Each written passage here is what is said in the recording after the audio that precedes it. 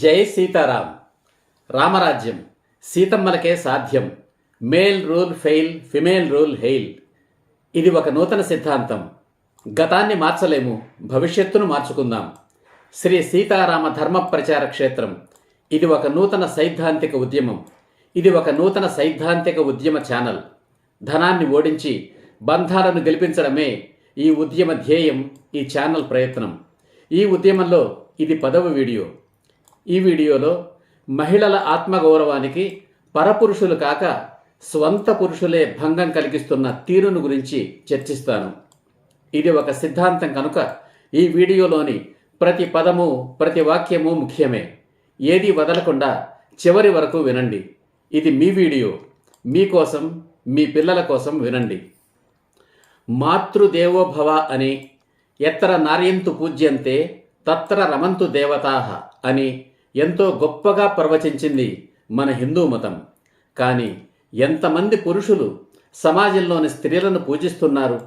కనీసం ఎంతమంది తమ తల్లులను కానీ, తమ భార్యలను కానీ, తమ అక్క చెల్లెళ్లను కానీ గౌరవిస్తున్నారు? వాళ్ళ మాన మర్యాదలను కాపాడుతున్నారు?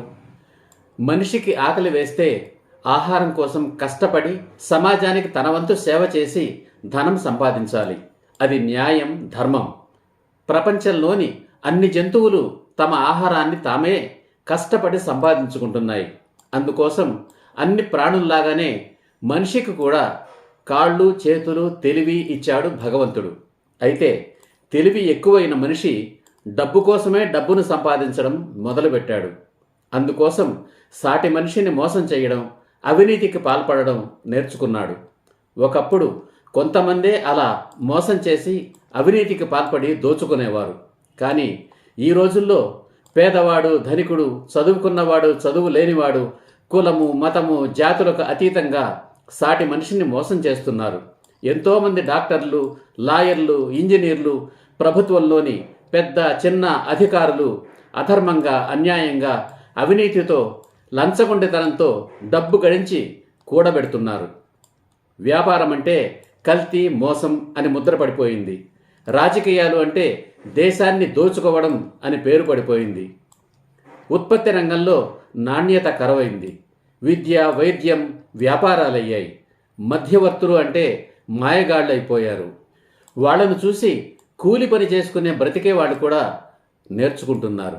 ఒక రోజులో చేయగలిగే పనిని 2-3 రోజులు చేయడం, గంట పనికి 2-3 రోజుల కూలి అడగడం, తమ పనికి కావలసిన వస్తువుల కొనుగోలులో కమిషన్లకు కకృతి పడడం, అడ్వాన్స్ తీసుకొని పనికి రాకుండా తప్పించుకు తిరగడం వంటి అవినీతికర పనులు చేస్తున్నారు. దానివల్ల సామాన్య పౌరులు కష్ట నష్టాల పాలవుతున్నారు. దేశం ఎంత అభివృద్ధి చెందినా అవినీతి వల్ల ఆ అభివృద్ధి ఫలాలు అందరికీ అందకుండా కొందరికే పరిమితమైపోతున్నాయి. అవినీతి వల్ల దేశానికి జరిగే నష్టంలో ఇది ఒక కోణం మాత్రమే. మరో కోణంలో చూస్తే మహిళల ఆత్మగౌరవానికి భంగం కలిగిస్తోంది ఆ అవినీతి. అది ఎలాగో చూద్దాం. సామాన్యుడు బ్రతకడానికి ఎంతో కష్టపడి డబ్బును సంపాదించుకుంటాడు. ఆ డబ్బుతో తనకు అవసరమైన వస్తువులను, సేవలను కొనుక్కుంటాడు. ఆ వస్తువులు, సేవలకు న్యాయబద్ధంగా కాకుండా అదనంగా చెల్లించవలసి వచ్చినప్పుడు అతనికి కోపం రావడం సహజం. అందుకోసం కొట్లాడతాడు. ప్రయోజనం లేనప్పుడు ఏం చేస్తాడు? ధైర్యం ఉంటే మొహం మీదే తిడతాడు, లేకపోతే మనసులో తిట్టుకుంటాడు. ఏమని తిట్టుకుంటాడు? అందరికీ తెలుసు. దాదాపుగా ప్రతి ఒక్కరూ తాము ఎదుటివాడి వల్ల నష్టపోయినప్పుడు, వాడిని ఏమీ అనలేనప్పుడు తిట్టుకునే ఉంటారు. ఏమని తిట్టుకుంటారు? మొదటి తిట్టు లంచ కొడుకు అని. తరువాతి తిట్లు వీడి అమ్మ, వీడి అక్క, వీడి పెళ్ళాం అని. ఇవన్నీ మనసులోనే తిట్టుకుంటాడు. అన్ని సమాజాల్లోనూ, అన్ని భాషల్లోనూ దాదాపు అదే అర్థాన్నిచ్చే తిట్లు తిట్టుకుంటారు. ఒక ప్రభుత్వ మహిళా ఉద్యోగిని, ఒక అధికారిని ప్రజలకు ఉచితంగా అందించవలసిన సేవలకు లంచం తీసుకుంటే ఆ లంచం ఇచ్చినవాడు సంతోషంగా ఆమెను ఆశీర్వదిస్తూ ఇస్తాడా? లంజముండ అని తిట్టుకొని ఇస్తాడు. తనకు తెలిసిన వాళ్ళందరితోనూ ఆ లంజముండకు లంచం ఇస్తేనే కానీ పని చెయ్యదు అని తిట్టి మరీ చెబుతాడు. ఆమె ఎంత ఉన్నత కులంలో పుట్టినా, ఎంత చదువుకున్నా, ఎంత హోదా ఉన్నా, ఎంత జీతం తీసుకుంటున్నా ఏమిటి ప్రయోజనం? తనకు లంచం ఇచ్చిన వాడికి లోకువయ్యింది, లంజముండా అయింది. లంచం ఇచ్చినవాడు ఆ తిట్టుతో ఆగుతాడా? ఇంకా చెప్పలేని విధంగా తిడతాడు. ఆ మహిళా అధికారి శీలానికి, గౌరవానికి భంగం కలిగించే లంచం అవసరమా? ఆమె తీసుకునే జీతం, ఆమె భర్త సంపాదన తన కుటుంబ జీవనానికి సరిపోదా? అదే ఒక ప్రభుత్వ పురుష ఉద్యోగి లంచం తీసుకున్నాడు అనుకుందాం. లంచం ఇచ్చినవాడు ఆ ఉద్యోగిని ఏమని తిట్టుకుంటాడు? మొదటి తిట్టు లంజ కొడుకు అని. తర్వాతి తిట్లు వీడి అమ్మ, వీడి అక్క, వీడి పెళ్ళాం, వీడి కూతురు, ఇంకా చెప్పలేని విధంగా తిట్టుకుంటాడు. తనకు తెలిసిన వాళ్ళందరితోనూ ఆ లంజ కొడుకు లంచం ఇస్తేనే కానీ పని చెయ్యడు అని తిట్టి మరీ చెబుతాడు. ఆ అవినీతి అధికారి ఎంత ఉన్నత కులంలో పుట్టినా, ఎంత చదువు చదువుకున్నా, ఎంత హోదా ఉన్నా, ఎంత జీతం తీసుకుంటున్నా ఏమిటి ప్రయోజనం? తనను కన్న తల్లి, కట్టుకున్న భార్య, తోడబుట్టిన అక్క చెల్లెళ్ళు, తాను కన్న కూతురు, ఇంతమంది స్వంత మహిళల శీలాలకు, ఆత్మగౌరవానికి భంగం కలిగిస్తున్నాడు ఆ అవినీతి అధికారి. ఒక ప్రభుత్వ ఉద్యోగి మాత్రమే కాదు, ఒక డాక్టర్ కానీ, లాయర్ కానీ, ఇంజనీరు కానీ, ఎవరైనా కానీ వారి అవినీతి అక్రమ సంపాదనల వల్ల కష్టనష్టాలు అనుభవించిన వాళ్ళు వాళ్లను అలానే తిట్టుకుంటారు. మహిళలైతే వాళ్లనే తిడతారు, పురుషులైతే వాళ్ళ ఇంటి స్త్రీలను తిడతారు. తప్పు చేసిన ప్రతి స్త్రీ తన శీలానికి, తన ఆత్మగౌరవానికి భంగం కలిగించుకుంటుంది. తప్పు చేసిన ప్రతి పురుషుడు తన ఇంటి స్త్రీల శీలాలకు, గౌరవాలకు భంగం కలిగిస్తున్నాడు. పురుషుల అక్రమ అవినీతి సంపాదనకు పరస్త్రీల పొందు తప్ప మరో ప్రయోజనం లేదు. మరి స్త్రీల అవినీతి అక్రమ సంపాదనకు ప్రయోజనం ఏమిటి? ఏమీ లేదు. స్త్రీలకు అసలు డబ్బుతో ప్రయోజనం ఏమిటి? ఏమీ లేదు. స్త్రీల సంపాదన కూడా పురుషుల దురలవాట్లకే ఉపయోగపడుతుంది. ఇంకో కోణంలో చూద్దాం. ఎవరైనా ధర్మబద్ధంగా డబ్బు సంపాదిస్తే దానిని పొదుపుగా ఖర్చు చేస్తాడు. అవినీతి మార్గంలో సంపాదించిన ధనాన్ని ఏం చేస్తాడు? విలాసాలకు ఖర్చు చేస్తాడు. మొదట ధూమపానం, మద్యపానం, మాదక ద్రవ్యాలు, తరువాత వీలైతే రెండో భార్య, లేకపోతే వ్యభిచారం. పరస్త్రీ వ్యామోహానికి అంతే లేదు. స్త్రీలందరూ చెడిపోవాలి, నా భార్య తప్ప అనే రావణాసురుడుగా మారతాడు. పురుషుల అవినీతి అక్రమ సంపాదనకు పరస్త్రీల పొందు తప్ప మరో ప్రయోజనం ఏమిటి? ఆ రాక్షసుడికి అలవడిన దురలవాట్లతో ఆ ఇంటి స్త్రీలకు ఆత్మగౌరవ భంగమే కాదు, వారి జీవితాలే నాశనమవుతాయి. ఆ దురలవాట్లు వాళ్ళ పిల్లలకు కూడా అలవడతాయి. రక్షణ రంగాల్లో పనిచేసేవారైతే హనీ ట్రాపుల్లో పడి దేశద్రోహానికి ఒడిగట్టే ప్రమాదమూ ఉంది. వారి అవినీతి బయటపడిన నాడు సమాజంలో పరువు పోతుంది, మొదటకే మోసం వస్తుంది. భారతదేశంలోని అవినీతి పరుల వద్ద పోగుపడిన అవినీతి సంపదతో ప్రజల నుండి పన్నులు వసూలు చేయకుండా 10 సంవత్సరాల పాటు పరిపాలన చేయవచ్చు అని ఒక సామాజికవేత్త ఉవాచ. ప్రభుత్వోద్యోగుల్లో అవినీతి నశించనంత కాలం దేశంలోని అసమానతలు పోవు, నిజమైన అభివృద్ధి జరగదు. మన ప్రధానమంత్రి మిస్టర్ క్లీన్ నరేంద్ర మోదీ 2014లో తాను పదవిలోకి రాగానే అవినీతిపై యుద్ధాన్ని ప్రకటించారు. అందులో భాగంగానే పెద్ద నోట్లను రద్దు చేశారు. నోట్ల రద్దు వల్ల సామాన్య ప్రజలు ఎన్నో ఇబ్బందులు పడ్డారు, మరెన్నో కష్ట నష్టాలను అనుభవించారు. కానీ దానివల్ల ఆశించినంత మేర ప్రయోజనం దక్కలేదు. అయినా సరే ఆయన ప్రయత్నాన్ని హర్షించారు ప్రజలు, అర్థం చేసుకున్నారు, వెన్నుతట్టి ఆశీర్వదించారు. మోదీ చేతులకు మరింత బలాన్నిచ్చి, ప్రభుత్వంలో మరింత మెజారిటీనిచ్చి రెండవసారి ప్రధానమంత్రిని చేశారు. అవినీతిపై పోరాడమని. దేశంలోని అవినీతిని తాము ఎంతగా నిరసిస్తున్నారో, అవినీతిపై తమకు ఎంత కసి ఉన్నదో నిరూపించుకున్నారు భారతదేశ ప్రజలు. కానీ మోదీ ఏం చేయగలడు? ఒకరిద్దరు అవినీతి పరులైతే వాళ్లను శిక్షించగలడు. వేలల్లో ఉంటే ఏరి పారేయగలడు. లక్షల్లో కాదు, కోట్ల సంఖ్యలో ఉన్నారు అవినీతి పరులు. అక్కడికి 2000 రూపాయల నోట్లను ఉపసంహరించాడు. ప్రయోజనం అంతంత మాత్రమే. ఇక ఏమీ చెయ్యలేడులే అనుకున్నారో ఏమో ప్రజలు. 3వసారి ప్రధానిని చేశారు, కానీ పార్లమెంటులో మెజారిటీ తగ్గించారు. కానీ ఈసారి అవినీతిని అంతం చేస్తానని పంతం పట్టాడు మోదీ.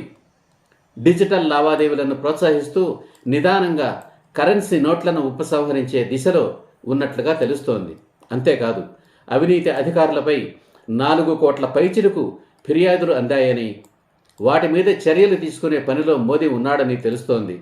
అవినీతి పరుల భరతం తప్పక పడతాడు మిస్టర్ క్లీన్ మోదీ. మోదీ పని మోదీ చేస్తాడు, మరి మన పని మనం చెయ్యాలి కదా. దేశంలోని సీతమ్మ లాంటి మహిళామ తల్లులు దేశం కోసం అడుగు ముందుకు వేయవలసిన సమయం వచ్చింది. ప్రజల జీవితాలను, దేశాన్ని నాశనం చేయడమే కాక తమ శీలాలకు, ఆత్మగౌరవానికి, చివరికి ఉనికికే భంగం కలిగించే పురుషుల అవినీతి సంపాదన మహిళలకు అవసరమా? వ్యతిరేకించండి. ఆ అవినీతి సంపాదనతో కొనే పట్టుచీరలు, నగలను బహిష్కరించండి. పరస్త్రీల కోసం ఉపయోగపడే అవినీతి సంపాదనను తిరస్కరించండి. వారిని శ్రీరామచంద్రులుగా మార్చండి. మిమ్మల్ని, మీ కుటుంబాల్ని కాపాడుకోండి. అవినీతికి అలవాటు పడిన పురుషుడు నానాటికి దిగజారిపోతూనే ఉంటాడు. స్త్రీలందరూ చెడిపోవాలి, నా భార్య తప్ప అనే రావణాసురులను శ్రీరాములుగా మార్చి అవినీతిని మాన్పించి తన సంసారాన్ని నిలబెట్టుకోవలసింది, తన ఆత్మగౌరవాన్ని కాపాడుకోవలసింది సీతమ్మ లాంటి మహిళలే. అందుకే రామరాజ్యం సీతమ్మలకే సాధ్యం. Male rule fail, female rule hail. ఇప్పటి వరకు ఈ ఉద్యమ వీడియోల సారాంశం ఒక కృత సిద్ధాంతం. రామరాజ్యం సీతమ్మలకే సాధ్యం. Male rule fail, female rule hail. స్త్రీలందరూ దేవతలు, రాక్షసులందరూ పురుషులు. ప్రాణాలు పోసేవారు దేవతలు, ప్రాణాలు తీసేవారు రాక్షసులు. చెడిపోయిన ప్రతి స్త్రీ వెనుక ఒక పురుషుడు ఉంటాడు. అతడు తండ్రి కావచ్చు, భర్త కావచ్చు, లేదా కొడుకు కావచ్చు. స్త్రీలందరూ చెడిపోవాలి, నా భార్య తప్ప అనే రావణాసురులు నానాటికి ఎక్కువ అవుతున్నారు. రావణాసురులను శ్రీరాములుగా మార్చడం, తద్వారా రామరాజ్యాన్ని స్థాపించడం సీతమ్మ లాంటి మహిళలకే సాధ్యం. ఈ సిద్ధాంతానికి ఆధారం మహిళలు, మార్గం మహిళల ఆత్మగౌరవం, లక్ష్యం సకల జన శ్రేయోరాజ్యం రామరాజ్యం. ఈ ఉద్యమంలో మొదటి అడుగు విడాకుల చట్టం రద్దు. అంతవరకు విడాకుల చట్టాన్ని మర్చిపోయి మన కుటుంబాలను కాపాడుకోవడం. కారణం, వివాహ వ్యవస్థను నాశనం చేయడానికి పుట్టిందే విడాకుల వ్యవస్థ. రెండవ అడుగు నిజమైన మహిళా సాధికారత. మూడవ అడుగు వ్యభిచార దురాచార నిర్మూలన. రామరాజ్యం అంటే వ్యభిచారం లేని రాజ్యం. రామరాజ్యం is where there is no prostitution. మూడవ ప్రపంచ యుద్ధం రాకుండా ఉండాలి అంటే ఒక్క భారతదేశంలోనే కాదు, ప్రతి దేశంలోనూ రామరాజ్యం స్థాపించబడాలి. పురుషులందరూ రామయ్యలైతే అదే రామరాజ్యం. శ్రీరాముని ఆదర్శం ఏకపత్ని వ్రతం, పరస్త్రీల పట్ల గౌరవం, పరుల సంపదల పట్ల విముఖత, శీలం, దేశభక్తి. ఇవే రామరాజ్యానికి అర్థం, ఆధారం. రాముడు పూజించిన శివుడు, విష్ణుమూర్తి కూడా ఏకపత్ని వ్రతులే. ప్రతి ప్రాణిలోనూ దేవుణ్ణి చూసేదే హిందూ మతం. భగవంతునిపై నమ్మకం, ఇష్టం, ప్రేమ, గౌరవ భావాల పరాకాష్ఠయే భక్తి. భక్తి అంటే భగవంతుని గుణాలను స్వంతం చేసుకోవడం. దైవభక్తికి పరాకాష్ఠ దేశభక్తి, దేశభక్తికి ఆధారం దైవభక్తి. దేశభక్తులు అవినీతి పరులు కాలేరు, అవినీతి పరులు దేశభక్తులు కాబోరు. శీలం అంటే ఆత్మగౌరవం. ప్రాణం కంటే శీలమే గొప్పది. స్త్రీ పురుషులు ఒకరి శీలాన్ని మరొకరు జీవితాంతం కాపాడుతామని పరస్పరం చేసుకునే ప్రమాణమే వివాహం. తమ శీలాన్ని కాపాడుకోవడమే కాక తమ పురుషుల శీలాలను కూడా కాపాడగలిగే శక్తి సామర్థ్యాలు సీతమ్మలాంటి మహిళలకే ఉన్నాయి. ఒక స్త్రీ అవినీతి సంపాదన ఆమె ఆత్మగౌరవానికి భంగకరం. ఒక పురుషుడి అవినీతి సంపాదన అతడి ఇంటి స్త్రీల గౌరవానికి భంగకరం. పురుషుల అవినీతి, అక్రమ సంపాదనకు పరస్త్రీల పొందు తప్ప మరో ప్రయోజనం లేదు. స్త్రీలకు అసలు డబ్బుతోనే ప్రయోజనం లేదు. ఈ సరికొత్త సిద్ధాంతం, ఈ సరికొత్త ఉద్యమం, ఈ సరికొత్త సత్యాగ్రహ సమరం నచ్చితే ఈ ఉద్యమంలో పాలు పంచుకోండి. పాలు పంచుకోవడానికి మీరేమీ రోడ్లెక్కక్కర్లేదు, ధర్నాలు చేయక్కర్లేదు. వెంటనే లైక్ చేయండి, సబ్స్క్రైబ్ చేయండి, కామెంట్ చేయండి. మీ బంధుమిత్రులందరికీ షేర్ చేయండి. లైక్ చేయించండి, షేర్ చేయించండి, సబ్స్క్రైబ్ చేయించండి. తరువాతి వీడియో నోటిఫికేషన్ కోసం బెల్ ఐకాన్ మీద క్లిక్ చేయండి. మీ జీవిత భాగస్వామితోనూ మీ బంధుమిత్రులతోనూ చర్చించండి, ఆచరించడానికి ప్రయత్నించండి. ఈ ఉద్యమంలో భాగస్వాములైనట్టే. ఈ వీడియోను మీరు చూసి తరువాతి వీడియో కోసం ఎదురు చూస్తున్నారు అని నాకు తెలియడానికి ఈ వీడియోను లైక్ చేయండి. ఈ ఉద్యమం విజయం సాధించే వరకు అలా అనుసరిస్తూనే ఉండండి. ఈ ఉద్యమ లక్ష్యం నెరవేరడానికి కొన్ని సంవత్సరాలు పట్టవచ్చు. ఈ తరానికి సాధ్యం కాకపోవచ్చు, మరొక తరం పట్టవచ్చు. అయినా కొనసాగించాలి. రాబోయే తరంలోనైనా రామరాజ్యం రావాలని ఆశించి అడుగు వేద్దాం. మన పిల్లలైనా సుఖ సంతోషాలతోనూ ఆరోగ్య సౌభాగ్యాలతోనూ జీవించగలగాలని ఆశించి అడుగు వేద్దాం. ఈ ఉద్యమానికి బీజం మాత్రమే నేను వేస్తున్నాను. నారు పోసి నీరు పోసి పెంచవలసింది పెంచగలిగింది సీతమ్మ లాంటి మహిళలు, రామయ్య లాంటి పురుషులు. ఈ ఉద్యమానికి, ఈ సత్యాగ్రహ సమరానికి నాయకత్వం వహించండి. ఈ ఉద్యమానికి సీతమ్మ లాంటి మహిళలందరూ నాయకురాళ్లే, రామయ్య లాంటి పురుషులందరూ నాయకులే. తరువాతి వీడియోలో మహిళా సాధికారత గురించి చర్చిస్తాను. మరో ముఖ్యమైన విషయం, ఈ వీడియో శ్రీరాముని దైవంగా నమ్మే హిందువుల కోసం, శ్రీరాముని దైవంగా నమ్మని హిందువుల కోసం కూడా, మహిళామి తల్లుల శ్రేయోభిలాషులు ఎవరైనా వారందరి కోసం. జై హింద్, జై సీతారాం.